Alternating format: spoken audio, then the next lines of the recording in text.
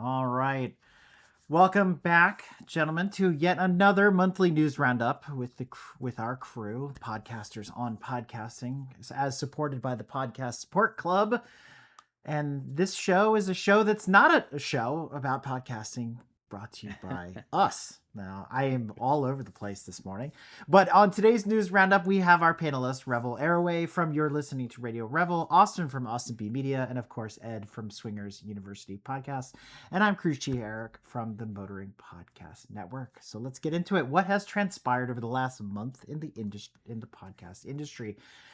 I keep going back to this point because it pains me so much, especially for those of us that are crowdfunding ourselves, trying to make do. And I had a couple of cancellations this month, which are just like gut wrenching. For what little you bring in, somebody cancels and you're like, no, please don't go, please. You're like, Oliver, please, sir, I want some more. But the global podcast revenue hit an all-time high of $9.2 billion with a B. That's $1 billion. And I asked myself, and I ask you, gentlemen, I address the court, where is this money going? Ed. To Spain. I have all of it. I have all of it. $9 billion, and you're all starving. Thanks, Revel. Oh, God. Wouldn't that be nice? Yeah, right? That means you're hosting us all for a vacation. I'm just saying. It's interesting because I was reading a similar article today talking about how the landscape of podcasting has shifted since its inception. I mean, industries always change over time, but this in particular has become, and I'm going to use the term podcast very loosely for this. It's become an industry of superstars, celebrities, major newscast, broadcast entities creating podcasts, and that's where the money is going. Right. So you've got somebody like the Kardashians who are further enriching their already vastly deep pockets with this money because you've got brand sponsorships and you've got people who are coming in willing to throw, their Gucci money at these types of celebrities. So, or in Eric's case is Porsche. I wish. Right. I wish. Yeah.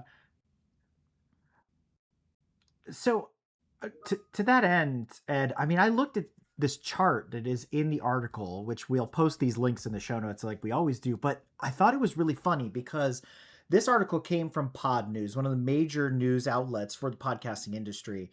And one of the bullet points in their graphic specifically calls out consumer revenue continued to grow with Patreon leading the way.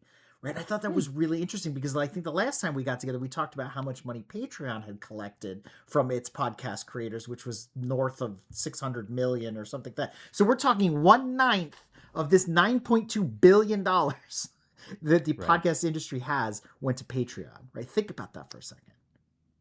Again, I ask, where is my slice of the pie? I wish I had the Joe Budden numbers in front of me again, but remember how much I said he made off of Patreon a month?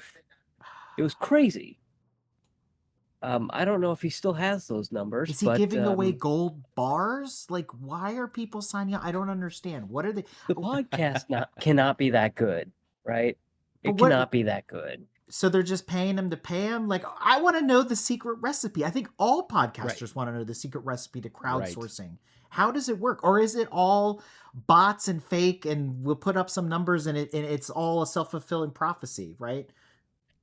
Oh, he's posting like crazy. But what's he posting? Well, he posted a 2.5-hour podcast yesterday. What? Or I'm sorry, 5 hours ago. A hour-long BTS vlog yesterday. A 3+ hour podcast 2 days ago. He's just cranking this out. You know what? Let's pause there for 1 second because I want to bring up something very important. We have argued in the past about short format, long format, shorts, reels, this and that. How long should your podcast be? And then the answer is always Revel saying, do whatever you want to do. It's sort of like my English teachers used to say, long enough to be correct, That's the answer to how long your podcast should be. But Yes. people that know better than we do will always tell you your episode should be no longer than 30 minutes because the attention span of the average American or English speaking listeners, blah, blah, blah, blah, blah, blah. And we got Joe Button raking in $200,000 a month and he's putting out 3-hour episodes. There is a complete just 180 that I don't understand here. Well, and Huberman too. He regularly does these deep dives into like neuroscience that are 2 hours long. And I mean, not to make a neuro joke, but I don't have the brain capacity to listen to that depth of content for that long. It can't be that interesting. And people are willing to pay for it. What are we missing here? What is the secret sauce? Like, we figured out how to make Big Mac sauce. We can't figure out how to get the secret sauce. Like, come on, guys.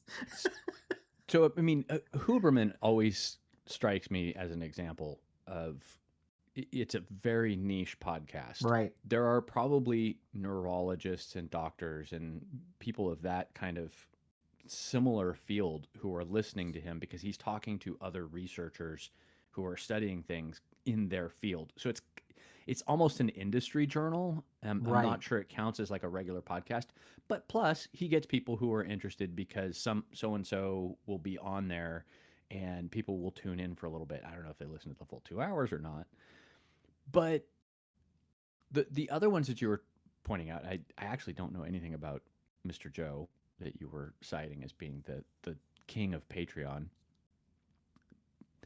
It seems that so much of this in terms of content length, etc., really depends on the subject. There are a number of podcasts that are kind of in our field that rattle on for like an hour, and it's just these rambling journals of who knows what. I mean, they a lot of times they talk about their adventures and what kind of escapades they got up, which I get. I mean, in a sense, that's audio material for personal stimulation, but like beyond that, I don't understand how someone can sit for that long and listen to something. The attention span issue is real, and I'll be even more specific. It's not so much the length, it's the fact that if you're not staying on topic, if you're drifting all over the place, if you've got no traction control, pull an audio or auto reference there. Nice, well done. No one's gonna want to listen to it. They get bored. They're like, holy crap, would you get to the point? Or I can't believe you're still talking about the things that have nothing to do with the episode. So like a well-crafted on-topic episode could be quite fascinating for a longer period of time. But if it's your average run-of-the-mill podcast where they just talk about drink recipes and prattle on about what they did last weekend, that's more of a vlog than anything else, right? Exactly. Like that's their diary. Well, it's funny you say that because the top podcast creator on at least the one that's listed on Graphtreon, which is where which is only subject to whether or not they have the I forget what the setting's called, but the earnings public, whatever that setting is. Yeah. The top podcast creator is The Yard with 42,920 members and 271K a month. Wow. And Ed, that is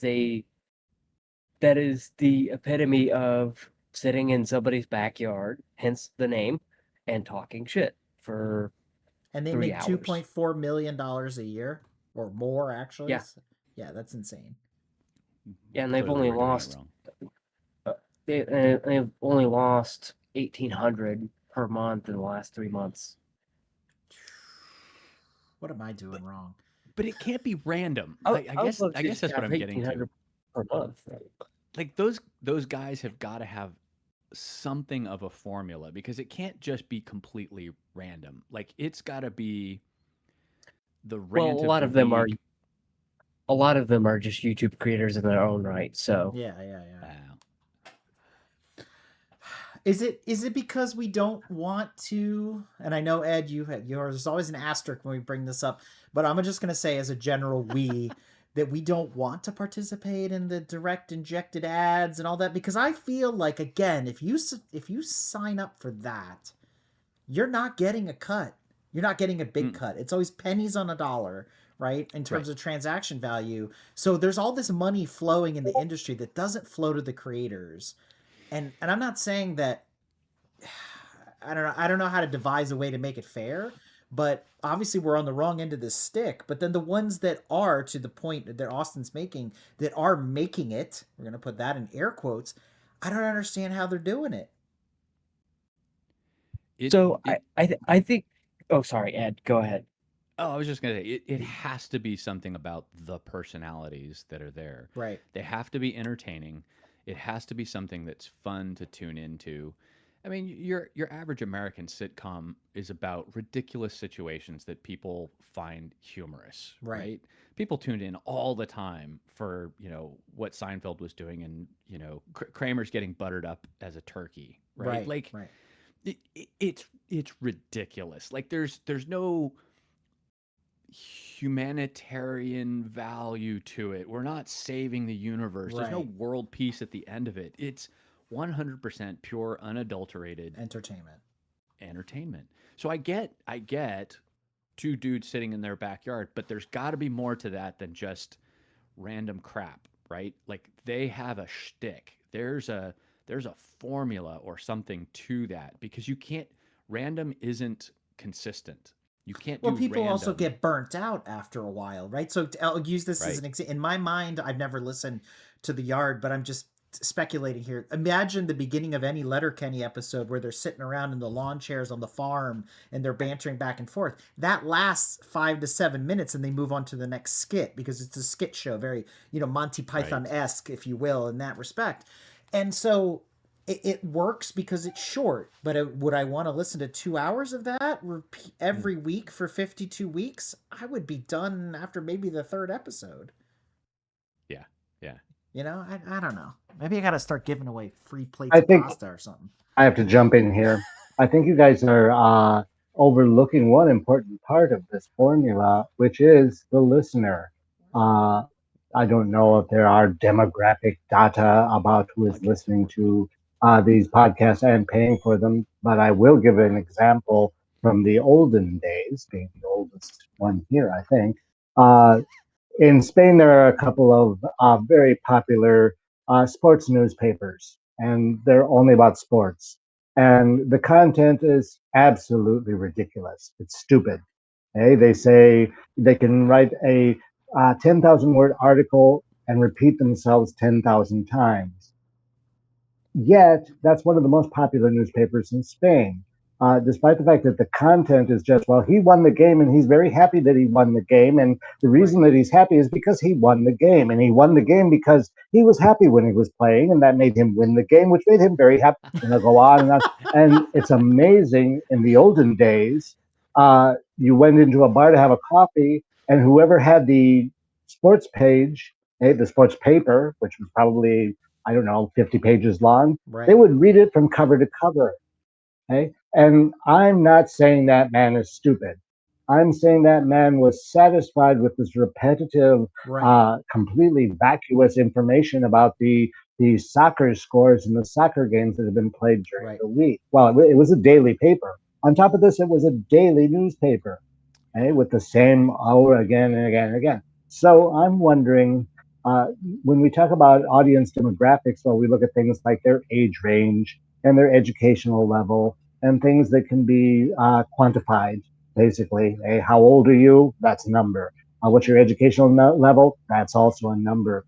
But maybe a 2 hour show is something people put on when they go to bed to make them go to sleep.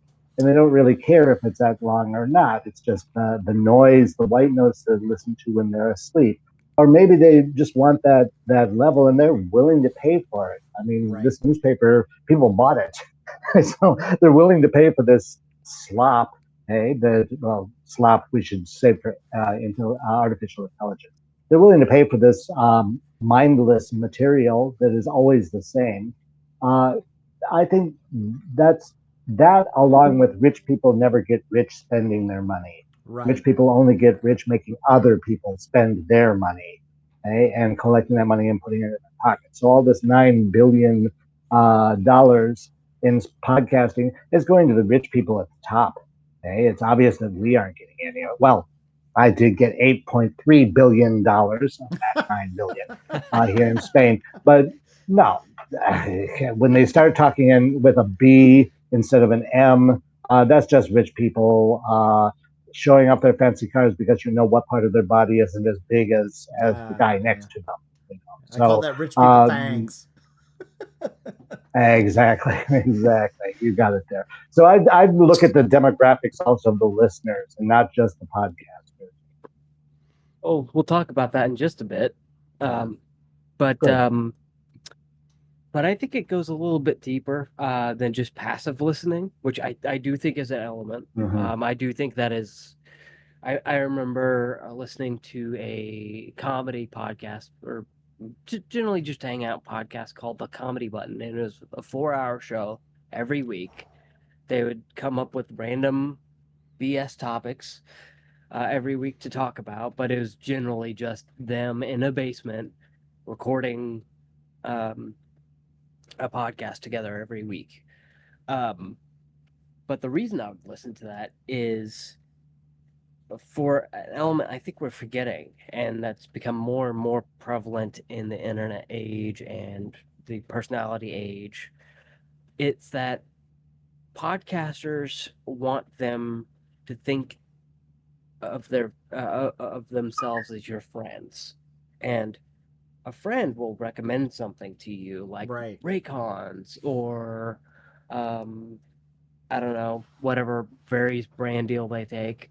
Um, but Raycon seems to be the one that's like everyone can get an ad deal for. But anyways, that I think that's the other element is these podcasts want to feel like you're just hanging out with them. They're your friend. You're the mythical fourth or fifth chair or whatever. Um, I think that uh, parasocialism um, drives ad dollars, not ad dollars, just dollars in general, farther than I think a lot of us are thinking. Like, for example, I'll give you the perfect example, not in the same vein, but there's going to be a PlayStation State of Play. It's where they show off all their latest games, and they're doing it in Alamo Draft House with a special menu because Sony now owns Alamo Draft House. Right. Sony owns PlayStation. It's a lovely brand synergy moment. Um, but they want to feel like they want to create that moment again where it's just you and your friends hanging out on the couch playing PlayStation. That's what they want to create from a brand point of view. And that's what these podcasts are trying to do. And that's why they're making billions of dollars. So what you're implying then, Austin, encapsulates why genres like sports, true crime, TV and movie are the most popular, because those are the ones where you can basically pull a chair up to the bar and eavesdrop on the conversation, to use an analogy there, Yeah. versus let's say like let's use Ed or even my show where it's maybe a little more historically slanted or educationally based. I guess you have to have the right personality that wants to sign up and listen to a lecture, right? At the end of the day. Right. Like Dan Carlin can get away with it because he's got like a dulcet tones that and people will listen to for 3 hours. His podcast is not 3 hours. It's like 30 minutes every single day or every Right. single week. But um, but yeah, it's like nobody's listening to NPR because they think that they're friends with the um, people there. That it's a one sided relationship there. Yeah. Yeah, you're there to absorb the content and get educated versus just be part of it, or even if it's divisive, right? Now you suddenly have an opinion, you can get on your soapbox, you can be part of the action, quote unquote, versus just, Right. I guess, being talked to like you were in school. Doesn't Yeah, mean I'm you going have to a change CTA, my format, donate. but But yeah, I get you. But then there's the flip side of that, because there are certain shows that I don't understand, and I'm not going to name names, but even individuals that are in our group of creators, that their shows pull down numbers that make me scratch my head because they're Oh yeah. so super niche, and I'm just like, or it's a monologue, or it's this, or it's that, and I'm like, again, what are we doing wrong? I'm not going to say I, just say we collective. What are we doing wrong? Like, have we missed the boat somehow? You know? Well, I mean, Well, I'm hearing I the don't know. word. Sorry. Yeah, go ahead. I'm hearing the word engagement again. Yes. Uh, I mentioned in our last, yeah, I mentioned in our last meeting that I had put a meme on Blue Sky, Yep. and suddenly I had like 900 followers. I'm up to 1,000, I think 1,100 or Good for 1,200 you. followers now. I've stopped looking. Okay, but the reason is the meme. The meme is something that catches the attention of these extra. Let's say I'd say there's about 800 people who have followed me because of this meme. And my podcast, I can't make a meme for my podcast that would get the same attention from these people. So maybe it's the When you simplicity of forget to the press record. no, but maybe it's the simplicity of the message that you're trying to the simplicity of the bait, okay, for listeners, and then sticking to that bait, okay, because on Blue Sky I'm only using that meme and I'm only talking about that subject of getting the vote out, okay. Yeah. On my podcast, the bait is a little bit harder to make, and uh, it can't be simplified, I think. And so, yeah, I catch a new listener here or there, but I couldn't catch 800 new listeners in a month, Yeah. okay? Right. Because but if it's true crime or if it's movies, the bait or sports, I mean, the bait is pretty easy. They give it to you, and it's easy to have this massive audience who would Yeah. pay $3,000 to go see a football game, you Yeah. know? But Yeah, like but when I release this newest episode for that I recorded 3 weeks ago now, um, for the special episode of The Bear, Gary is that special episode name. It'll do Mm-hmm. crazy numbers because everyone loves the bear. Mm-hmm. Now, will I get any new patrons from it? No. Nope. No, zero. Um, Yeah. Mm-hmm. 0. to But I will get that however many.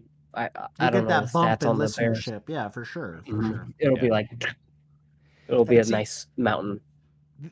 this is the key differentiator, and I was gonna kind of quote something that I had read a while back because we really went heavy into YouTube because of the discovery model and how that worked.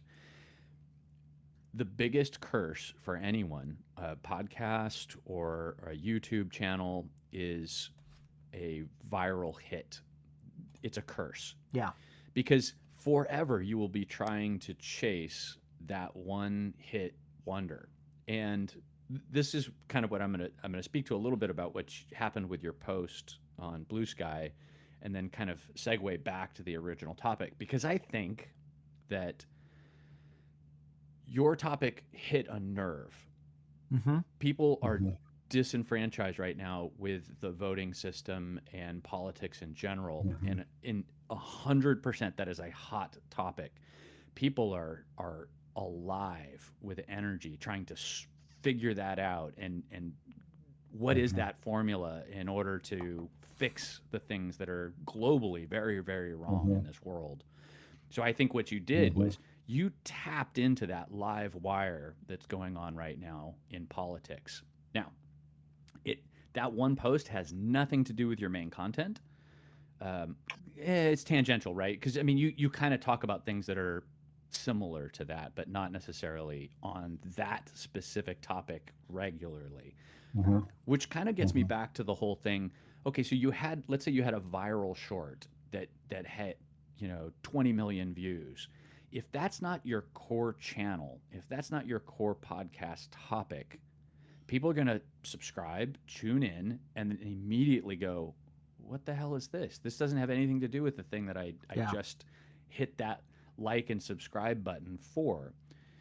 So it's that continuity and maintaining it. Like the big formula for YouTube is if you're going to talk off topic, create a new channel. Don't Right. blend your Yep. channel up, because then it Yep. just becomes this jumbled mess of I don't know what they're going to talk about, which is not a variety show. That's just chaos. So Thanks for clearing that up for me, Ed. Yeah, I appreciate right? Like that. so I think that's the thing is what is that moment, that topic, that thing that you can really grab onto that other people have momentum to try and figure out, and those are the kinds of topics that take off. And the rise of populism. I'm not going to get too political, but just for a second, Joe Rogan's success as a podcaster, screw Joe Rogan, is 100% because he was the populist guy, right? He is the everyman podcast, right? Right. Hey, I'm just a guy asking questions kind of thing. Like that's his whole formula. And that really started taking off over the last 10 years. I think that was the success that he had. So the question really is, what as podcasters can we latch onto? What's our niche? What's that one thing that people will, relate to the point of, hey, they're just like friends. Like if they're talking about the things that you want to talk about and hear about and discuss, then people are going to tune into it. So, to that end, Ed, pay attention to your Discord here in a second. We had a moment there too where we went up until this season. So we're in season 7 of our show, where we said we're going to do a Formula One segment as part of our news episode. It's sort of buried in there as just part of the news. And we always thought that if we went down the route of kowtowing to the Drive to Survive crowd and focusing solely on Formula One or doing a Formula One program, we would be complete sellouts. And we didn't want to do that because we wanted to stay away from that, because there were too many people swimming in what I call red ocean space, right? There's a Formula One show every time you turn around and throw a walnut at it, there's one available to you. So we did it as a test at the end of last year. We did our full-on retrospective. We pulled everything out. We've done it in the past, and we usually skip a couple of years before we do it. We pulled every Formula One segment out of the news and created just a long episode, did all the transitions, all the production work, and it did really, really well. And then in the writer's room, we're like, we've crossed the bridge. We have to do a show. And what it has done for us, we don't do anything different, which is hilarious. If you watch the Patreon behind the scenes, we still record it exactly the same way we've always done it, except what we do is we cut 25 minutes out and we drop it into a separate episode. So that way it kind of saves the audience that was listening to the news not have to hear us argue about Formula One for 25 minutes, and the people that just want to listen to Formula One listen to that. But what it has done is effectively doubled our monthly listenership numbers, because people are coming for that and then sticking around for I didn't know they did that other stuff. So I'm like, okay, it's a gateway drug, unfortunately. But it's been nice, because now our listenership numbers are up per month, which is good, and they continue to climb. And we've seen like global pockets too pop up where it's like, because we talked about this particular race, because Formula One is global, you suddenly see this spike in that part of the world, and it's like, ooh, that's really interesting too. So come for the beer and stay for the friends, I guess. I don't know how to put it, but sometimes maybe you just have to, right? You have to sell out just a little bit to get where you want to be, 100%. I'm getting the idea that the content of these really popular podcasts is like that newspaper I talked about, the sports newspaper. If you listen to any of these popular, they're all very repetitive. You can listen to an hour and you can say they could have said that in 10 minutes. Why do they repeat again and again and again and again? Of course, there are rules about this in drama where you should repeat things 3 times, or in comedy, the 3rd time is the funniest time that you do a repetition. Watch Saturday Night Live, they do that a lot. But I think of course, this is a part of all that money that we don't see. I mean, they're talking about $9 billion and we're not seeing it. Or there are 4 or 5 people who are maybe getting $2 million of that $9 billion, but that's a pittance also. Okay, so the money's going to the big guys. But that apart, I think these people who are getting the 200,000 a month or whatever it is, uh, it's possible that they're you said it, Eric, it's a gateway drug, but the real drug is they're going to repeat what I already have Yeah. heard. And if I miss it, if I have to go to the toilet, or if the phone rings, or if I get distracted, there's no problem, because they're going to repeat the same thing again after Yeah. the commercial break. Okay, and I think that's maybe where we're kind of stuck, because our programs aren't that repetitive. They aren't that formulated. They aren't that, what Ed was saying earlier about being well structured and all of that. Well, part of structure is how many times do you repeat the same thing. Yeah. Okay, and maybe the demographic is really simple and wants things just given in a spoon. Okay, to be Yeah. spoon fed the information, and that's why they pay for it, and they don't listen to us because we're not doing that. Well, not to stay on this too much longer, but to sort of make a right turn here. There is some of that money Mm-hmm. that's being collected is being reinvested. So I did come across an article to put a positive spin on this, that Goalhanger is launching what they call Goalhanger Ventures, and they're investing in different podcasting groups. Bad Now, name. yeah, it's terrible. But but this is where I sort of got if you read it very carefully, okay?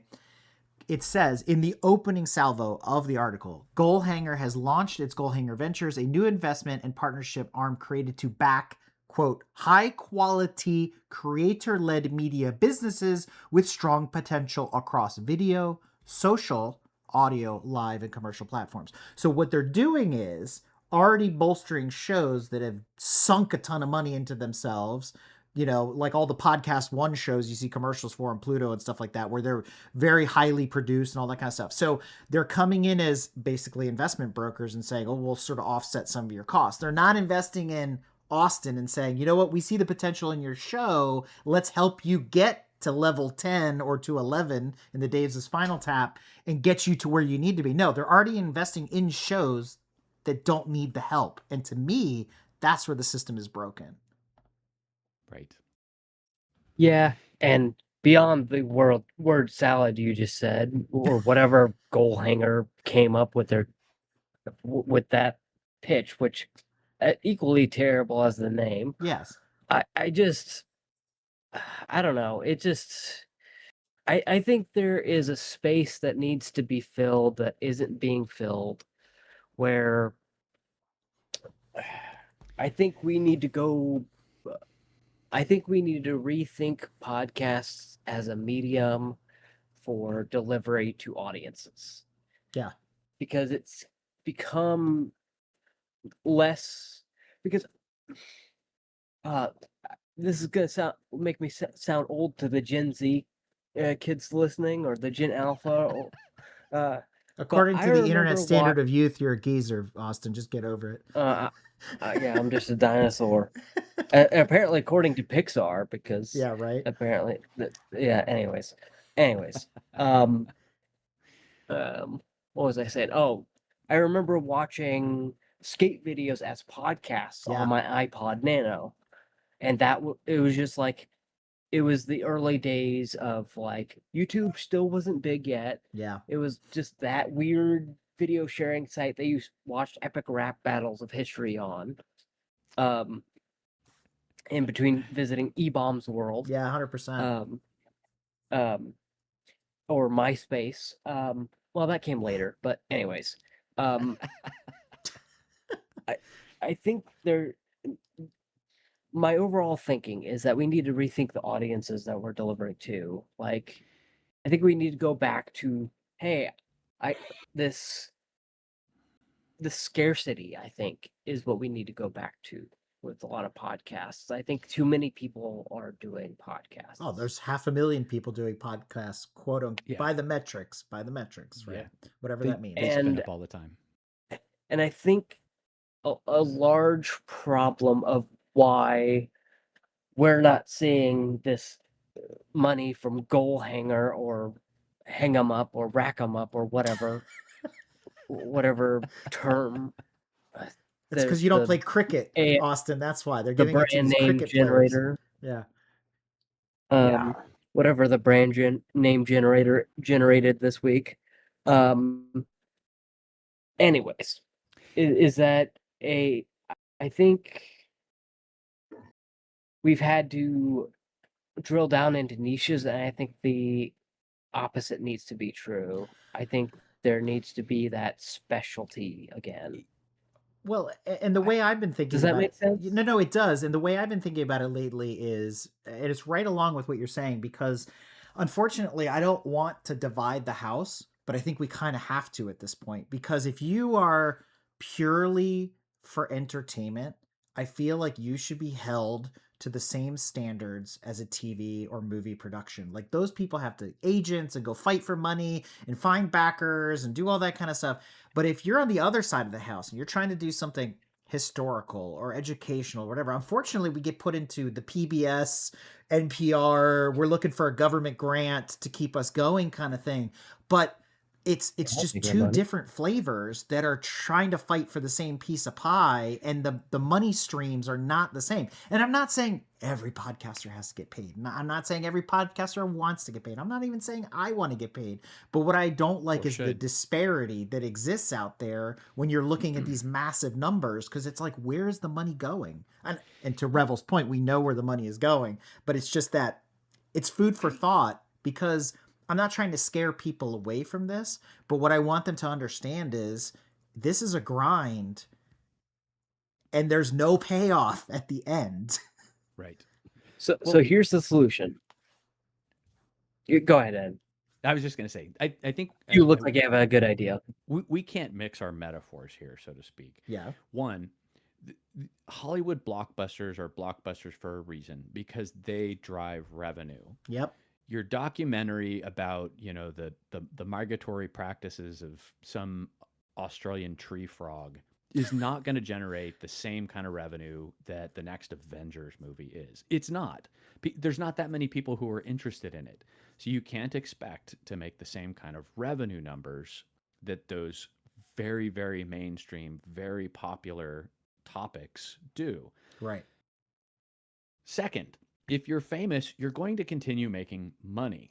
And Yes. it's interesting because to your point, like it'd be great if everybody got paid, but I'm not going to throw out a name, but we had someone approach us recently to be on their podcast. We went to their channel, we looked at the show, and we get approached all the time to be on podcasts, and we were like, thanks, but no thanks. The quality wasn't there. There was no advantage to us at all to be on that show. We don't even know if they're going to be a podcast for more than a couple months, Right. because they're it's not a high enough quality show to drive continued watching. So many people are starting up podcasts because it's easy to do. It's accessible. It doesn't require any production or quality or writing skills.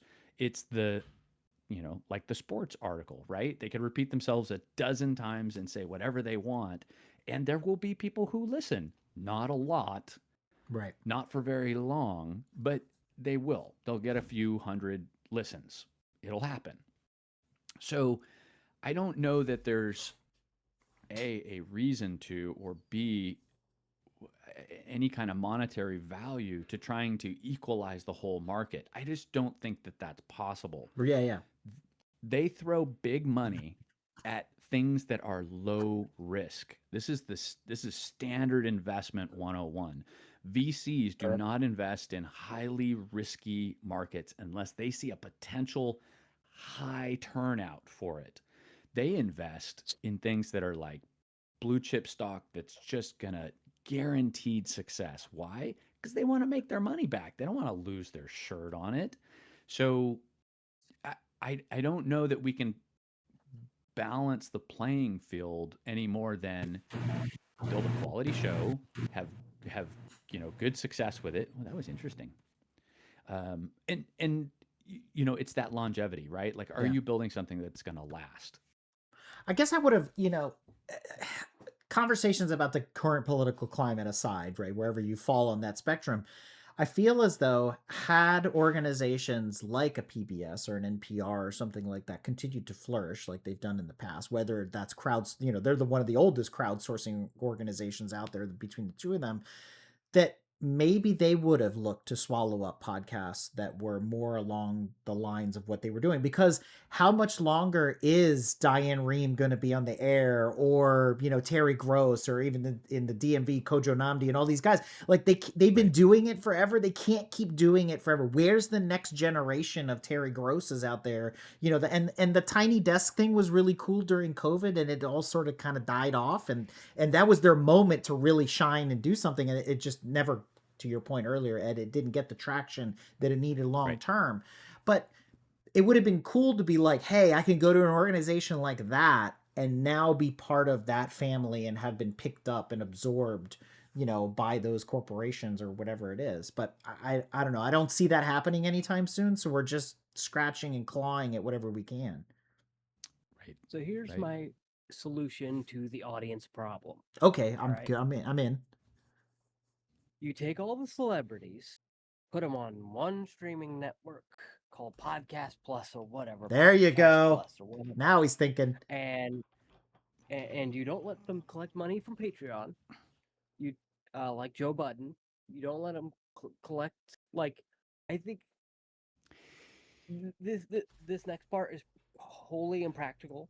I know. Yeah, I know, Ed. You're gearing up. Like, once you make a certain amount of money, you get booted onto the mid-tier platform, Right? That is meant for the people who, like the Yard, who make $200,000 a month. Yeah. From their fans. You get your what is that Vimeo over the top streamer? Yeah. That Dropout uses and the Try Guys use. You get that platform. You get your own custom streaming service. But all the celebrities get, Podcast Plus or whatever, Podcast Gold or Podcast Premium. We could workshop the name later. And that's where all the VC money goes. That's where all the big money goes. And then Patreon is just what it is meant to be for people like us, so that we can get more of the pot of gold, and not Joe Budden or the Yard or anything. Well, like that. And I see where you're going, and I'm not trying to say that Joe Budden shouldn't be on Patreon, but I feel like if there should be almost an earning cap on crowdsourcing sites, because it's in their best interest to collect as much as they can. But to your point, it gets to a point where you should graduate off onto a more professional platform and get picked up by a network or iHeartRadio or whoever it is, and then it becomes your job or your career or whatever it is. I mean, you made it. You basically you can put your stake in the sand and said, I made it. And after all these years, I made it. And then leave some room for other people, because I think what ends up happening, though, is, as we know, we get subscription burnout. So if you're subscribing to Joe Budden and Joe Rogan and Joe Blow the Ragman, you don't have time for Austin, Ed, Revel, and Eric. There's just no more money left at $36 a month. Let's just make them all equal, that you're paying $12 a month, right? It doesn't work. So there's two problems with this. One, Patreon makes money off of every single subscription, so they want the Joe Buttons, because they get this percentage of everything there. So they want the high dollar. So A, it's not in their financial interest to kick them off the platform. B, sadly enough, we benefit from the fall off from those kinds of shows. So if there's something tangential and they get a little bored with a show that, maybe talks about a subject, people will go, I'm tired of giving this guy money. I've heard his voice for too long, their voice, whatever. Let me see what else is on Patreon. And so we do get table scraps from those kinds of things because they were pulled to that platform. So unfortunately, we don't want the big sharks leaving, because the little fish won't feed off of those scraps. But that's like a big company posting on Etsy, in my opinion, right? Like, they don't belong there, because that's what Patreon was intended for, was for the creators and not for these big, famous celebrities. And I don't consider Joe Rogan a podcaster anymore. Right. I consider Joe Rogan a talk show host. Yes. But he's still the number one. Well, he used to be. He's not anymore. I'll still keep picking on Joe because. Well, Oprah's got a podcast now, so good luck, Joe Rogan. Right? Geez. I mean, yeah. But the point really comes down to, I agree, it's not fair, but When has life ever been No, fair? no, When I'm not. when Yeah. has marketing and profit ever been fair? 100%. The rich get richer. The rest of us are going, where the hell's my check? Yeah. Yeah. Well, here's your 2 cents for your 1,000 click-throughs on YouTube or whatever, right? So that being said, the third in this triumvirate here of broken statistics that I came across, there was a contradictory article that read podcast advertising measurement is broken. And I said, no duh. Right? Much like podcast statistics and metrics are broken because you can't consolidate them. You don't know how many listeners you actually have, right? Let alone if your podcast advertising is doing anything for you. So there's this whole Alliance for the Measurement of Podcasting, better known as AMP, and they're trying to create a consolidated framework of advertised measurement, all this blah, blah, blah, blah, blah, blah, blah. And I said to myself after I read all this, I was like, none of this is important because everybody's on the top 1% on listen notes. And that, aside that point, what we really need at the end of the day is a valid number of actual podcasts and podcasters and creators that are creating content on the regular, because I think that would benefit the community. To your point, like, I would stop having these arguments of where's my slice of the pie if shows that have been off the air for 5 years weren't tracking better than a show that's currently on the air. It makes zero sense. Right. And there's some shows where they don't even have their corporate backing anymore. The creators have gone in 5 different directions. Maybe they got their own stuff or their own. It's just they're dormant and they're dead. And yet they still outperform. Or you just have this glut of clutter that exists. People stumble across shows. They don't even look at the dates. They're like, man, this is from 1999. Like, oh my good. You know, like none of it's current. So that's the bigger problem is to Austin's point, let's move the celebrities onto podcast plus and move the other ones to the graveyard shift. Just move them completely out of the way. And if you want to bring your podcast back online, then it comes back into the fray, right? But much like there's the internet time machine, right? Where you can go back and look at old sites from 20 years ago. They need that for podcasts. The Wayback Machine, just kind of push them over there, get them out of the way because they're just noise. Go ahead, Austin. Well, there's a problem with that, with the trades, is a lot Revel, of you're on mute. people are blocking access to the Wayback Machine, like the New York Times, because they allege that scraping their website is not ethical or whatever, some crap.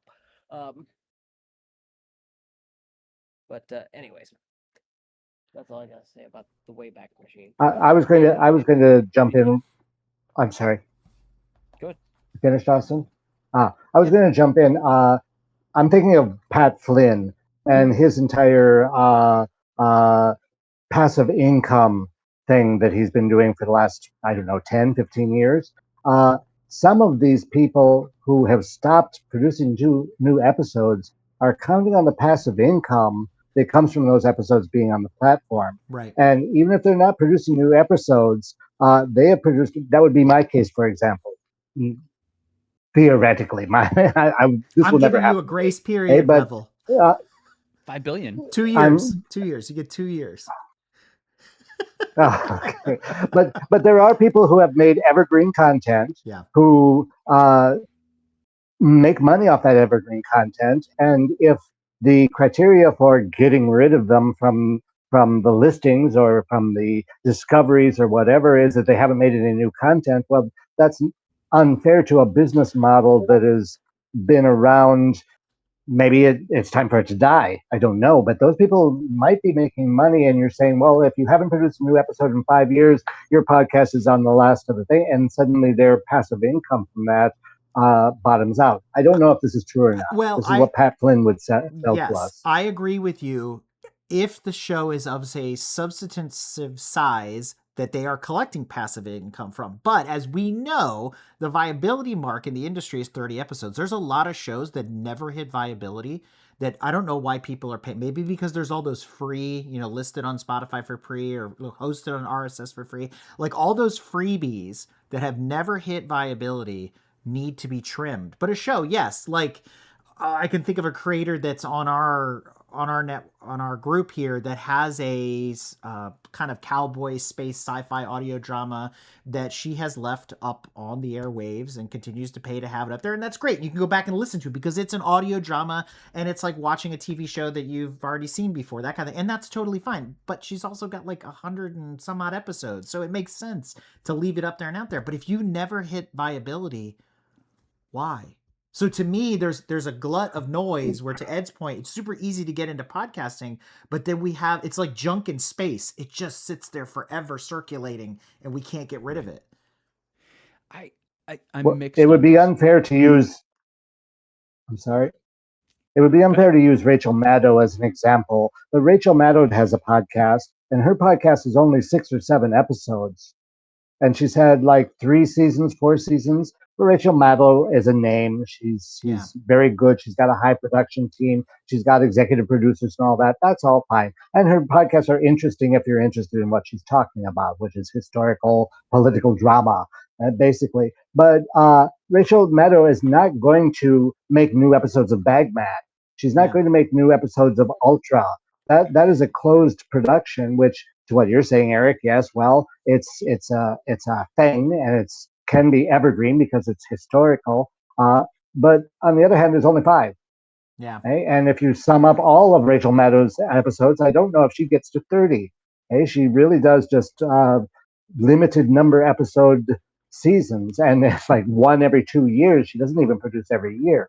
So yeah, on one hand, it's not a fair example because Rachel Maddow is famous. Okay? Speaking to Ed's comments earlier, if you're famous, you're going to make money. Okay? It's true. But on the other hand, somebody like me, if my Oedipus series were more popular, well, that's only 13 episodes. That doesn't reach the 30. Okay, so and the other episodes in my podcast have nothing to do with the Oedipus story. So how do you make a criteria that makes it easy to scrap those podcasts that only have you listen every episode? You have a group of judges who say, well, they're just shitting the shit. Hey, let's take them off. They shot the shit for 5 episodes. They're out. Okay? Hard to say. Go ahead. I was going to say there's 2 things where I draw the line. I'll say one thing and then I'll get into the 2 points. I think it's hard to set an arbitrary metric as to what qualifies as dead for a podcast. To your point, evergreen content. If it's helpful content, right? Let's say it's a series on building or DIY stuff. Like, that's forever going to be useful, and people should be able to make money off of that. Where I draw a distinct line, and this goes back to having real numbers to base the listen notes 1% off of. One, did they produce anything that anyone actually listened to? Yeah. Or B, are they basing that popularity in the podcast on things that have nothing to do with that content? Here's an example. There are a number of people who are in our genre who have massive social media following, huge TikTok numbers, huge Instagram numbers, etc. But they're OnlyFans models. That doesn't say anything about the quality of their podcast or who even listens to it. But Listen Notes will rank them in the top 0.5%, right? Because they have this massive social media following, and it's like that's like kind of saying the commercial for the product is so good because of the Super Bowl commercial, but it doesn't clean your clothes. Right? Like, is it a good product or not just because it had huge viewership on the Super Bowl Sunday? No, that's not the same thing. So I think having real numbers to base what a show is good for, and this is one of the reasons why I really like YouTube. People who actually watch the shows, that's how you get your distribution. It looks at who's watching, how often are they watching, how long are they watching, and that's what it promotes, because people are actually watching the content. If people aren't actually listening to the podcast, it shouldn't be a top 0.5% podcast. It's nonsense. It doesn't have anything to do with it. Not to mention, you've got BuzzFeed, who is literally taking bribe money to move you to the #1 spot on a podcast. Oh, it's like Google in the old days. Yeah. You could Well, you literally can BuzzFeed won't be buy number a one. factor anymore. I Well, don't know. okay, They Google just got- uses them as an indexer. yeah, there's a Huh? lot to unpack here, Ed, because you said some things that are really interesting in the sense that, you said watch the podcast. We know that's been a growing trend lately, is to queue it up on Right. Netflix and watch a podcast. There was another article this month that talked about how like 49% of podcasts in the UK are actually watched on a streaming device on a TV, and I was like shocked by that number. So I was like, but is that, again, statistics, is it it a 49% of 10 people? It's like 4 out of 5 dentists approve kind of thing. So I'm not going to put a lot of credibility into that, but it gets us back to the argument of what is a podcast, which we can't decide on what that is, but we're going back to the same old TV versus radio. This is where we're at. And so radio is always losing at the end of the day. But to Revel's point, there are some people that fall asleep to watching the television, but more people, I think, fall asleep listening to the radio, that white noise, which maybe is great for, story pirates like my kids do, because they do that. And I'm like, story pirates is getting I'm like, I told my kids, just put my show on for God's sake, like, just help me out a little bit, you know what I mean?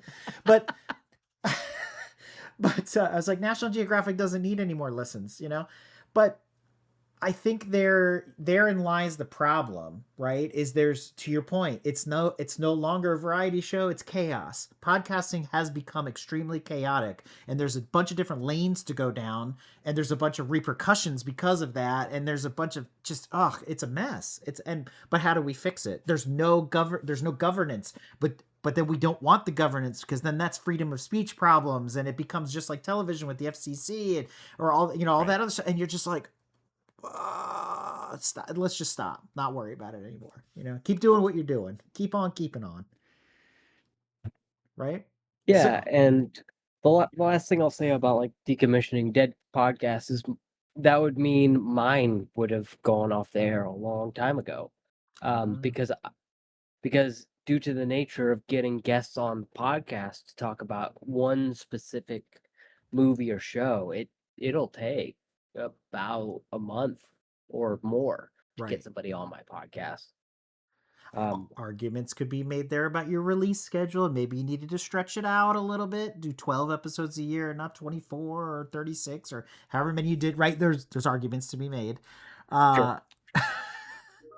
But I that could do the Rachel Maddow thing and like 5 and done. what But I think what Revel said. But the At reason least 5 episodes make $3 million. Yeah. Well, he got 4.9 million of that. Don't forget. If you make 5, Revel's taking right. 4.9. So Mhm, the reason that's I'm true. harping on this, though, the reason I'm going here kind of hard on this particular topic is because of something that's, to switch to our tech segment for a little bit, something Spotify is doing that I don't like, right? And this is the inaccuracy. what else is there? This is the inaccuracy of AI. If they're going to use AI to start sampling our shows, how many dead shows spoiled the broth?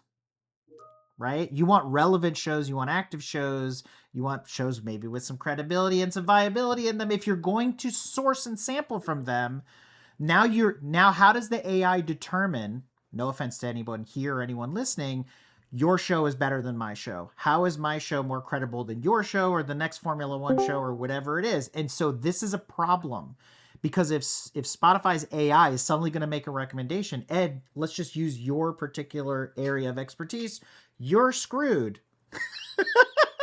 Pun intended, right? So you know who your competitors are, but if they keep floating to the top, even though their production value isn't as good, or they do this or they do that, like you just said, you guys are very selective on the shows that you go on to be interviewed and things like that. But suddenly their cream is rising to the top, and you're like, again, what about me? They're getting the ad revenue, they're getting the this, and so now we've created chaos on top of chaos. Am I wrong? Am I seeing this the wrong way?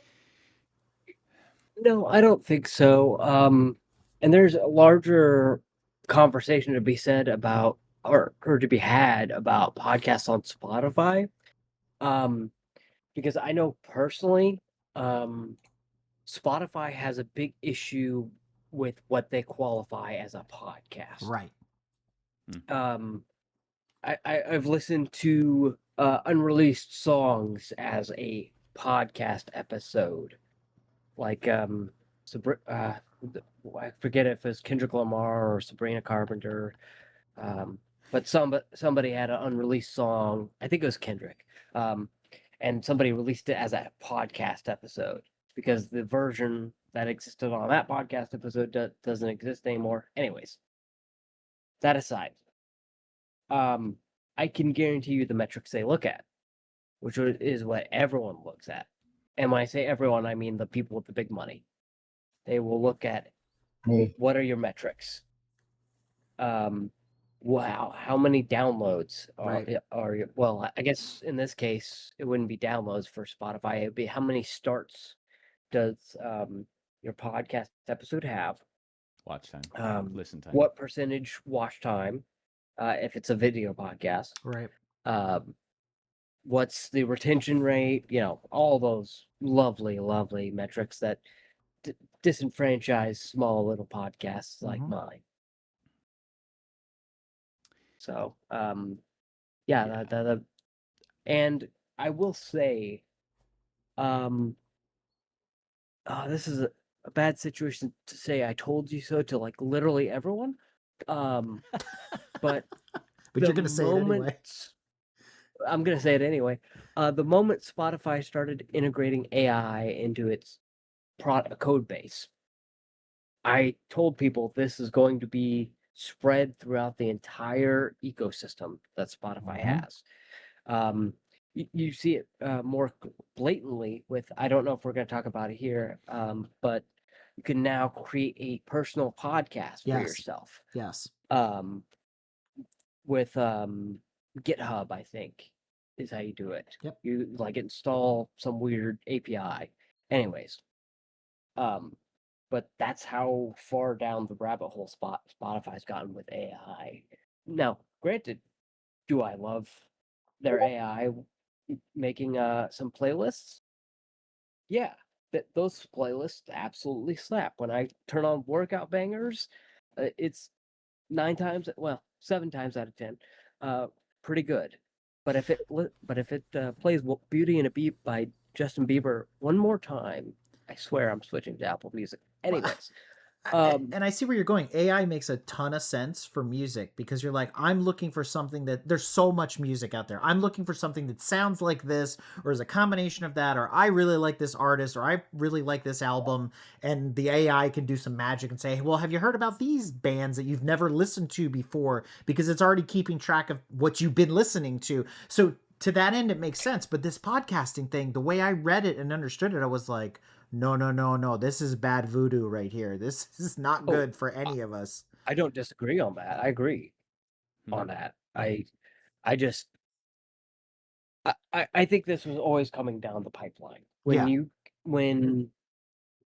Spotify has so many fingers in as many pies as possible. I mean, it had, let's see, we've got music, we've got podcasts, we've got audiobooks. Yep. And now I think they just announced they are going to narrate news articles for you. I don't know. I haven't read the those Spotify will be classified as newsroom podcasts as well. I want to add some insight. Eric asked a question earlier that I can offer a bit of insight. How is Spotify going to do this? And the way that Spotify is going to do this, they're not going to hire people.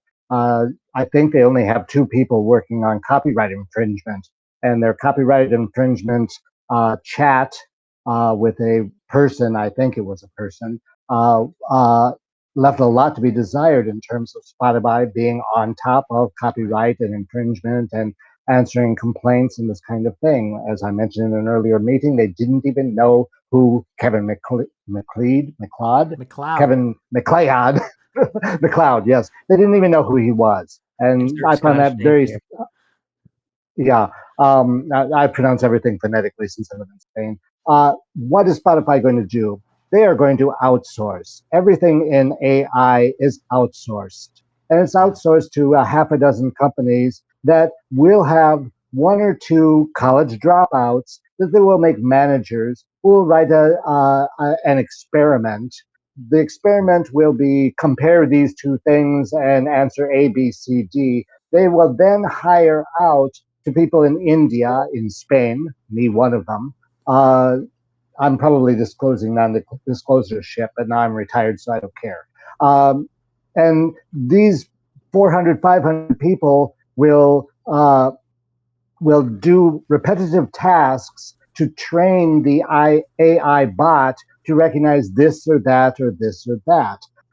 The rubrics for these are always horrible. They're always awful. They're hard to understand. They're very complex. They're all kind of like a marketing thing that they show to Spotify. Spotify is the brand name here. Okay? But the company that's doing it, I've not seen anyone professional working in these. And then when it filters down to people actually doing the work, it doesn't matter. You pass a simple test that you can say A is green and B is blue. Well, yeah, you're on board. Okay? And then you just do this repetitive task of looking at colors and, well, yes, this is green, click green. Ah, that's blue, click blue. Okay? So that's what they'll do. They'll try to make some kind of dichotomy about podcasts on Spotify. Unfortunately, the person who does it will be a college dropout who took 2 classes in statistics or something like that and managed to convince this. It's true. I mean, I have trained the people who train me. Okay? I have been asked to I'm just clean giving you up their crap. rubrics because yeah. But that's what they'll do. That's how Spotify will answer that question of how are we going to uh, dichotomize our massive catalog of podcasts here. It doesn't matter to them. They don't care. Uh, then going back to what I said earlier, Spotify doesn't have people doing this work. If you look at that article, and they're talking about Inception Point AI, who produces 10,000 episodes a week and has more than 400,000 subscribers across YouTube, Apple Podcasts, and Spotify. She says, we'll have 12 real life people working. 12, and then 8 more full-time agentic employees. God knows what that means. Eh? So 20 people, only 20 people. Eh? And how many of those 20 people are simply clicking on green, blue, green, blue, green, blue? There's no people working in this. They're automizing everything, calling it artificial intelligence, which is now a catchphrase for anything Right. technical, anything computer, anything actually is now artificial intelligence. Uh, but there's no people behind it, and the people who are behind it are college dropouts who passed a couple of classes and then did a onboarding training and managed to pass the test on onboard training, and they've got a manager who calls them in on Zoom meetings and says, well, your quota is this, your quota is that, and like you've seen on dozens of YouTube videos and make fun of this kind of uh, COVID-19 work from home type of job. Okay, so, and in the end, Spotify doesn't care. They don't care as long as the numbers are there, as long as the money is coming in. They just throw crap at us, like this foolishness of Inception Point AI and all the thousands of web and 80 to 100 new shows a day. What? Weren't we just saying that there's a lot of crap that we have to filter out? Now we're going to let AI and these 20 people give us 80 to 100 new shows a day, 100 shows a day for a year. That's a lot of new shows. Yeah. Okay? So no, they're talking big numbers and big this and that, and it's all uh, confetti. Ooh, that's a good Yeah, adjective. I'm finished. It's confetti. And on next week's episode, if you're listening to Radio Revel, generated by AI, go ahead, Ed. Yeah, I think you make a really good point about profitability. 100% what this comes down to is Spotify will continue to promote dead shows as long as it keeps people on the platform so that they can hear the ads and they can make money. The instant that becomes not profitable, in other words, people are like, I'm so tired of listening to their recommendations because they keep recommending shows that are gone and now I can't get my fix. When that trend drops off, then they will stop, they will alter their algorithm and they will only recommend things that have trajectory on them. Who knows when that's going to be, how long it's going to take them for them to figure it out. Maybe the apocalypse is here and they never figure it out. Second, Oh, hello. Inception AI.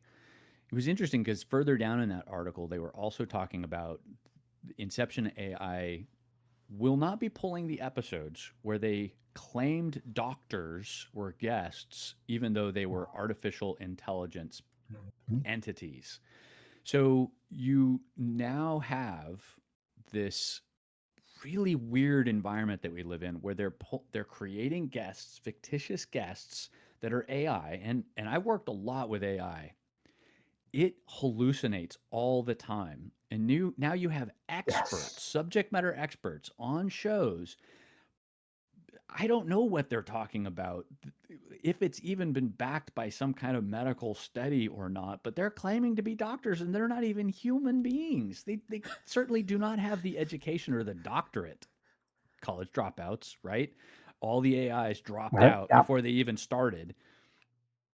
So Mhm. this, and I know Eric, you're just itching for it. I have one last thing, and it'll be very short, and that is there has been an uptick in hatred against AI from the younger generation and reality.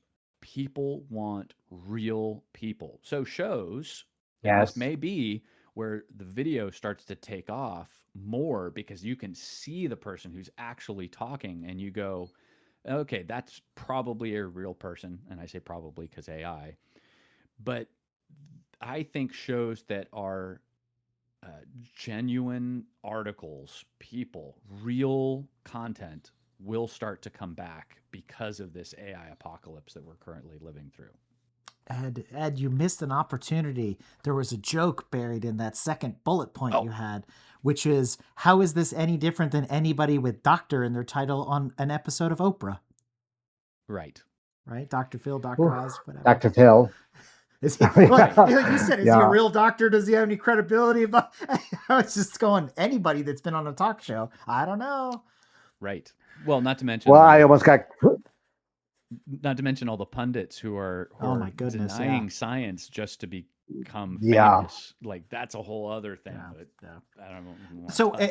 and to, I think buried inside of what you were explaining there, Ed, is if Spotify continues to make shows using AI, which are harvesting from our shows, let's just be real, okay? Because they can't just come up with it from nothing. They have to have source material to pull from with overlap and tokenizing and all that stuff that goes into AI, blah, blah, blah, blah, blah, blah.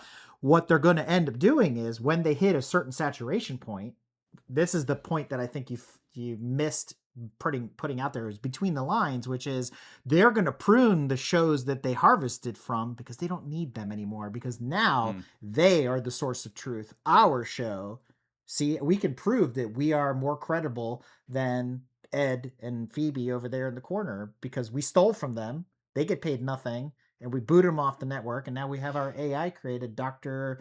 Philomena that talks about, sex ed. Boom, done. But see, here's the big problem with that, though. Once That again, was an real okay life movie. experiences. The AI only knows what it has. So, for example, ChatGPT for the longest time only had data up to 2022. Right. So anything in the last 3 years, it was like, I don't know, current events. Sure, we won World War III.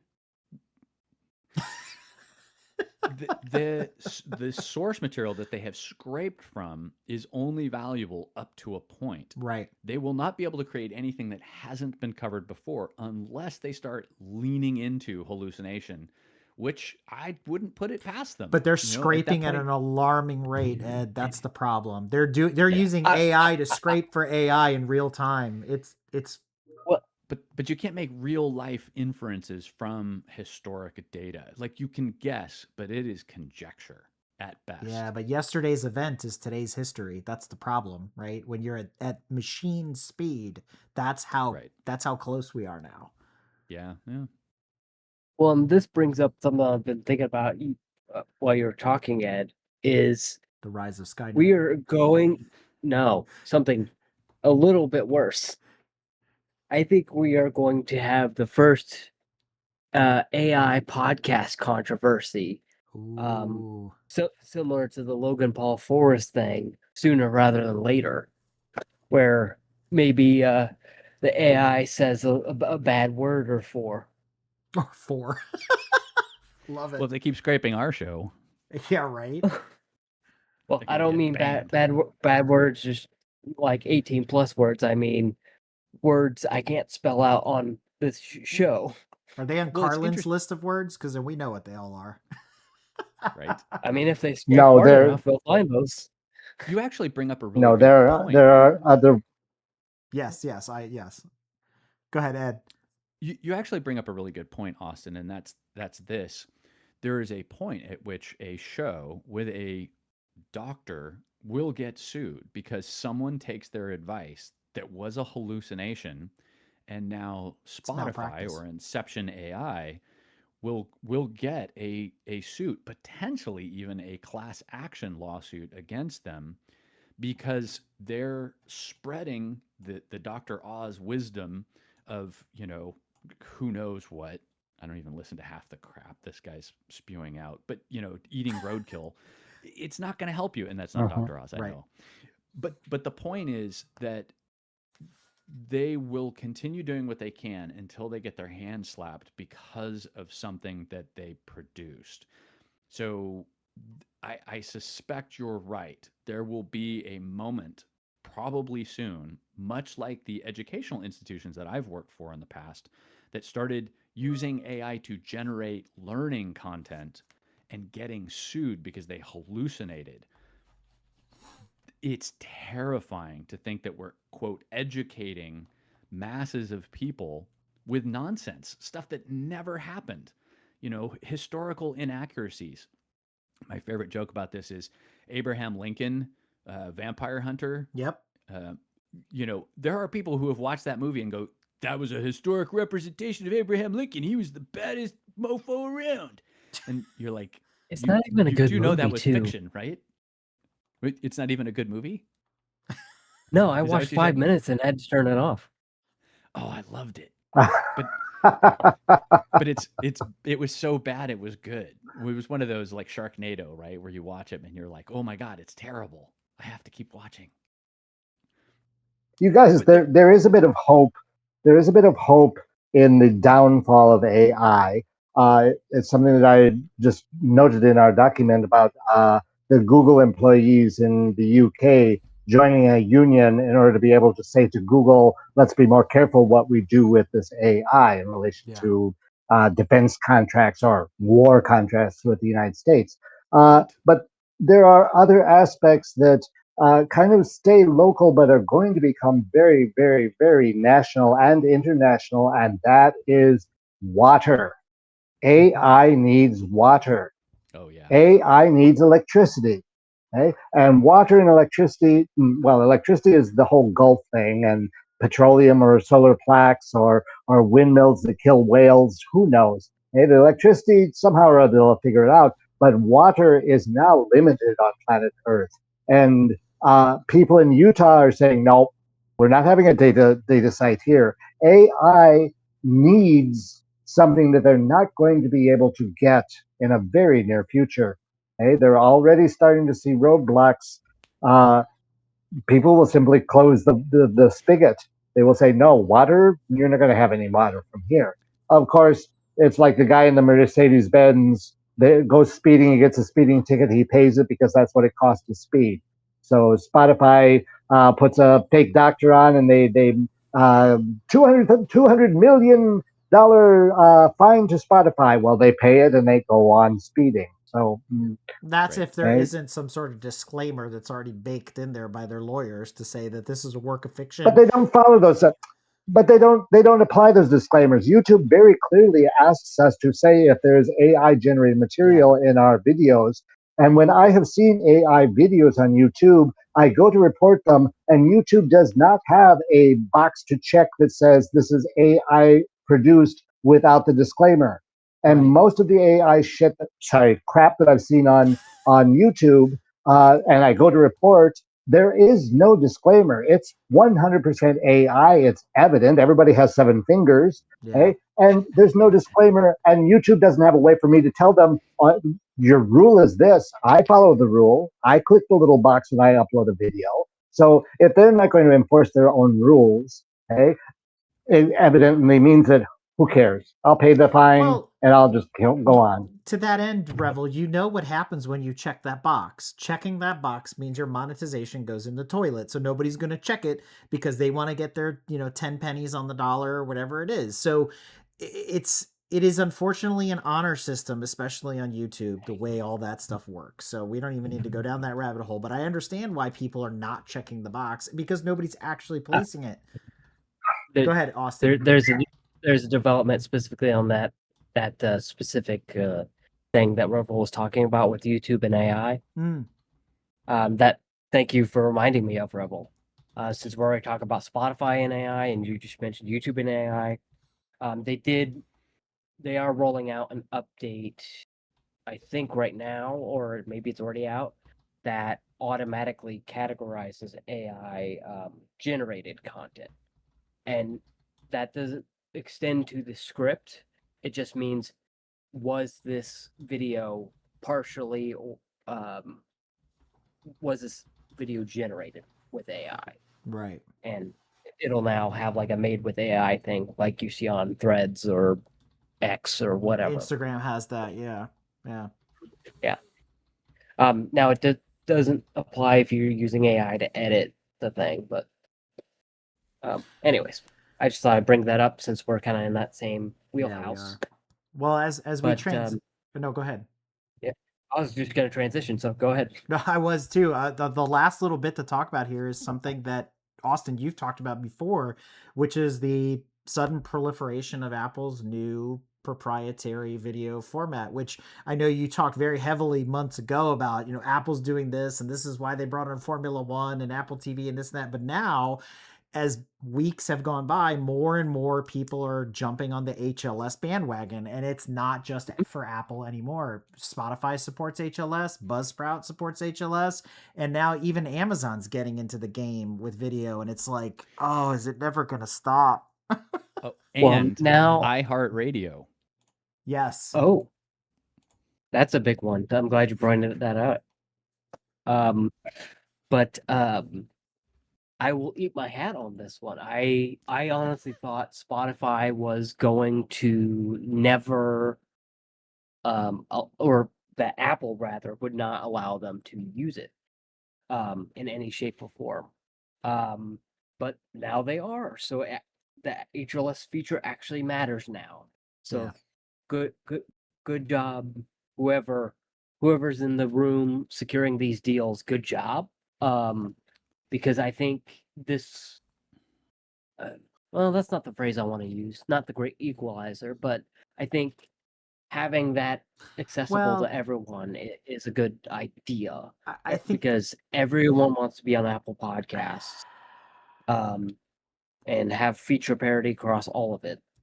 So Ed may or may not agree with me. I on this don't. one, but I Okay, think go ahead. I think it goes beyond this, Austin. I think we missed the point when HLS was sort of described and revealed to us. It's not necessarily that Apple is restricting who can render the format, right? So VLC is going to be able to render HLS, whatever video player you have, Windows Media Player, who cares? We'll be able to render the codec to show you the video. It's the creation of the HLS format that's going to be restricted by Apple. So you're not going to be able to create HLS compatible videos in DaVinci Resolve or in Lightworks or whatever. You're going to have an Apple product with Apple software to be able to render in that format. And that's the big gotcha with Apple, is keeping you in their ecosystem. They will freely distribute the codec so you can decode it and watch it, just like DivX was back in the day, right? If you remember going that far back, and then it became XVID and everything else. But the point is just the same. They're creating a new format that you have to go to the mountain to get the software to create something in that format. It's the digital. Did I not? That's not fair. Did I not bring that up before? That's capitalism. Because I thought yes, you did. Because I thought I said you did, that at WWDC 2026 that they would say the reason we introduced this HLS format, or basically allude to, like, you can now use Apple Creator Studio to create HLS podcasts or something like that. See, So I Rebel, but always it goes thought back that to was what, the plan. no, Austin, it goes back to what Revel said earlier. You haven't repeated it a third time. This is only the second time you've mentioned it. So you see. I think they also have the potential, because I see Apple as semi evil. They also have the opportunity to start taxing distribution. Yes. So Yes. Spotify would have to pay them royalties for every video podcast that is broadcasting in HLS format. Correct. That is another key opportunity. They're like, fine, you want to carry video podcasts? You pay us the tax. Which is really astute there, Ed, because that is the Formula One model for many, many years. If you want to distribute, they had all these specialty rights and regulations and formatting and this and that, and only certain carriers. And if you wanted it, you had to pay for it. And so it's funny that Apple and Formula One got in bed together, because that model that you're talking about, they're going to copy it straight from them. Taking notes right there. Yep. NFL does the same thing. You know, there's only certain channels that can broadcast certain things in certain markets. You know, limited distribution rights is huge. The video game industry does the same thing. Oh, you want to play XYZ game? Well, that's only offered on our platform. Yep. You need to be on our platform to do it.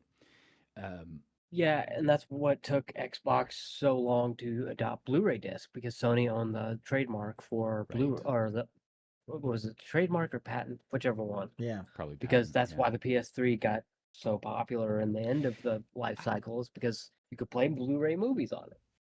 I'm going to throw in my disclaimer, because this is the podcast support channel and we are trying to support podcasters. Mm-hmm. I'm going to throw out my personal opinion about video podcasts and whether you should do them or shouldn't do them. I do not believe that if you are a podcaster and you're producing a show where you've gone through the effort of building video, that you should be giving it away for free. You could be monetizing on YouTube and you are losing money if you are giving away the show for free. All you're doing is helping the distributors and Apples of the world by basically giving away stuff that you could be monetizing and making at least some money on YouTube. So I don't know why you would do it. Can you be a bit more explicit about what giving it away for free means? Yeah, I'm curious. Just as an example. So you produce a podcast and you've got your audio version and you have a video version. Well, you go, great, I'm going to pay the tax by distributing it through, I'll pick on my own host, Buzzsprout. Well, my monthly fees go up because they're now hosting those video files. So now I'm paying monthly as a podcaster just to make the videos and distribute them. Then Spotify can pick them up, Apple Podcasts can pick them up. Everybody can pick these videos up and distribute them. Do you make any money per view on those platforms? No, you do not. Do you get any kind of discovery on that platform? No, you do not. Podcasts are not discoverable except for by the human being who's scrolling through their device. YouTube, on the other hand, will pay you ad dollars by just playing the video on their platform. You get 1,000 views, you start monetizing. So why in the world would you produce a television show and then not make any money off of it when all you have to do is push it to YouTube and make money off of it? And by the way, YouTube does not charge you to upload, to store, to produce as many videos every week as you want to. Zero cost. Free. Because they make money off of ads that are played interspersed with your content.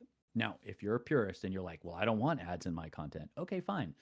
Pay the tax to Buzzsprout, etc., to host your video files and distribute them for free, and all that extra work. And I will attest that producing a show with multiple cameras every week takes time, effort, money, etc. And you're not making any money off of it. I know, right? Here, let me switch to 4 cameras. Oh, Ed. I will add on to your thing, Ed. I will add that if you're not offering a unedited version of your show as well, if it's feasible for you on Patreon, to obviously it's a higher tier option. I offer it on my $10 tier and above. Like if you want to watch my unedited well, I'm not gonna plug here, but You already you can did. find it It's if you all good. Plug, um Austin. Yeah, it's too late. you can watch my unedited all my unedited episodes that I've ever recorded on patreon.com/austinbmedia or members.austinb.media. Members.austinb.media. Say that 3 But times Hashtag fast. Austin B Media. I can't say that 3 times fast. But I would add that to it, because you I would agree. that gives you the opportunity to, even if they're not a patron, um um sell it for $10, Yeah. for example, in my case, or Right. or put it on sale. I think when I was doing that, the most recent unedited episode, it let me. I don't know if this is an upcoming feature or already existed and I didn't know about it, but it allowed me when I was like listing it to offer a discount to the first X amount of viewers Oh, okay. at a certain amount off. That's cool. So like for that episode specifically, it's half off for the first 50 viewers or 50 buyers, whatever you want to say. So yeah, but I would add that to your repertoire in the interest of support Yeah. of I the agree. podcast, Well, or gentlemen, even just some like BTS. Anyways, go ahead. as we roll out the last news episode before the summer break, I want to go around and just do a quick, we're halfway through the year.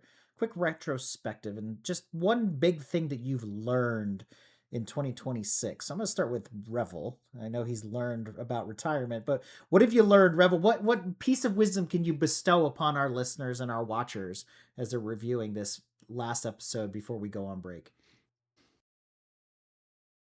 Uh, oh, you should have asked that question before we began the meeting, so we'd have time to meditate on it. Uh, I'd say, I'll just be a retired, wise old man for a moment. Uh, don't do, don't do something simply because you think you can't do it. Now, let me elaborate. Uh, I haven't received my first pension check yet. The Spanish bureaucracy is a little bit slow. I went last week to ask why is it taking so long, and they said, "Well, it's going ahead. 3 weeks, 3 weeks." Uh, During this wait, uh, my mate doesn't want us to spend any money. That's just how he thinks. Until I get my first pension check, uh, we can't spend money. Well, that doesn't make any sense. I have a bunch of money in the bank. I have a budget that budgets in this year's vacations, for example. So why can't I spend the money that I was already going to spend? It has nothing to do with pension check. And today I simply said to him, well, what you're doing here is that you're not doing something because you're expecting the worst. Perhaps you're expecting that I'm not going to get a pension check. Of course I'm going to get the pension check. It's just taking the administration a long time to do it. So don't don't do something because you've made some imaginary obstacle that is keeping you from doing it. Do it anyway. Maybe you're not ready. Maybe you don't have the money. Maybe it isn't the right time. But if you do it anyway, well, you might succeed. You might find the money. You might go out and get another job and get the money that you need for that if money is the question. But don't do something because of some imaginary obstacle that you've made up for yourself, like the pension check. Okay, so I think that's my takeaway for something learned this year. I didn't learn it. I always lived like that. It's my mate who learned it, I think. Fair enough. Austin, what have you learned in the first half of 2026? As far as my podcast, I think it's been make sure you request guests early. For like, um, that seems like a simple thing, but like, I haven't been able to talk about Daredevil Born Again season 2 or The Boys season 5 or Invincible. Is it season 5 or season 4? I forget which season we're on. Um, and it's been killing me because I'm like, there's so many specific spoiler things I want to talk about with those shows specifically. Um, but since I couldn't get people on in an orderly fashion, it's just like can't talk about it except for in like Discord spoiler Mhm. chats. Oh man, Ed, it's gonna be once you get to season 5. If you could just ignore what everyone says online about Invincible, um, and the animation, you'll love it. Just ignore everyone online. That That's says just like it's like solid life advice right there. yeah. There's a Yes, reason why I yes, don't good review advice. there's a reason I don't review these shows. But yeah, make sure when you're scheduling like that you get them. For example, for me, like I knew I was gonna watch Spider Noir in black and white, so I'm currently scheduling to get somebody on to talk about that. Um, and I'll have somebody on to talk about Toy Story 5 and maybe Disclosure Day, maybe, and Scary Movie, things like that. Um, but yeah, that's the biggest thing because it does delay um, podcast episodes. So Ed, how about you? This has been an interesting year for us.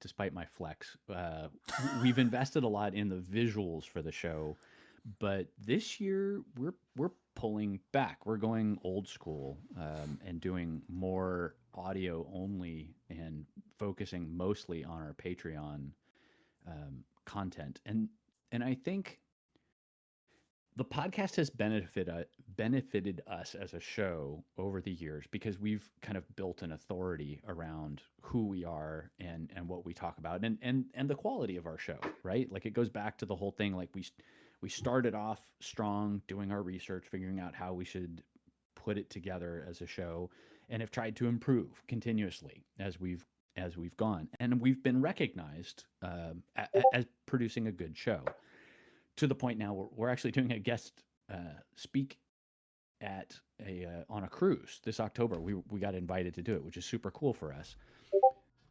But what it comes down to is working so hard to produce something and in a sense sacrificing so much to try and get it out there, you start to experience the burnout. And we've talked about that before on this show. And we're starting now to pull back and do what makes us happy. In other words, what we like to do. And it's actually helped the show. So producing something for an audience like YouTube really requires you to be very formulaic, to kind of sell out for it. And it kind of takes some of the joy out of it. And what we're really trying to do is to get back to what made us happy doing the show in the first place. And unfortunately, that for the most part is the audio portion of the show. We can be looser, more relaxed. There's less quote production around it, and it it makes us feel good about doing the show again, which is kind of nice. Not that we're not doing YouTube anymore, but it's just going to be, we're going to put it in its box where it belongs. So our takeaway for the first 6 months is do what makes you happy, and just kind of focus on that and stop worrying about trying to make the dollar or get the sponsor or whatever it is, because those things will come if you produce a quality show. When I look back and I reflect on the year, I don't want to concentrate so much on my show and what I've learned. I think what I learned on my end was that I could take a break every now and again, and it's a good thing for me mentally, physically, and otherwise. But on the more forward facing side of it, I've learned more so reaffirmed that our little cohort of 300 plus people that exist in the PSC. Not all of them are active. Some of them watch this in Memorex, some of them participate as voyeurs, some of them participate actively. That we have a strong community, we have a wealth of information, and it has continued to be a pleasure to get together with my co-hosts here to talk about the news and really dig into what's going on to help promote what we do. And I think it keeps the passion alive, because if you do this alone, you kind of, it's sort of like thrive together, die alone in some respects. And so I think that's very, very true in the podcasting space. And so I think when we get back from summer break, obviously we have one more general town hall before we go on break. I look forward to doing more of these news episodes and getting together and picking each other's brains and kind of seeing where things are going and, helping each other along as we continue to stay passionate about our craft. And I think that's what's important, is not losing sight of that passion, why we got into this into the first place. And I really do appreciate everybody, helping each other along. So it's been really good, even if Revel's, on retirement, quote unquote. Yeah. And I'll have I can't wait to show you all the fancy new gear I'll have access to. Hey now, no spoilers. Because I could check out hold on. Sorry. Still congested a little bit. From a cold that's been a week. Anyways, but I can check out equipment like Shure SM7Bs, and they've got like a vocal booth I can go to. Nice. And I'll have a video studio I'll have access to at UARC. So, well, if nothing else, for those people that enjoy the yard, they should enjoy this. This is just the yard for podcasting. Yeah. That's all this is, Yeah, it's a virtual yard. Yeah. Now we need the virtual $270,000 a month to go with it. That's all. No big deal. Yeah. I can be paid $270K. Dogecoin. I accept Dogecoin. I can be paid in 270,000 Oreos. There you go. Well, with the price these days, that's worth their weight in gold. So, but on that, double stuff only. Yeah. On that bombshell, I wish you all a happy summer and keep creating, and we'll get together again soon. Yeah. See you soon. Have fun, everyone.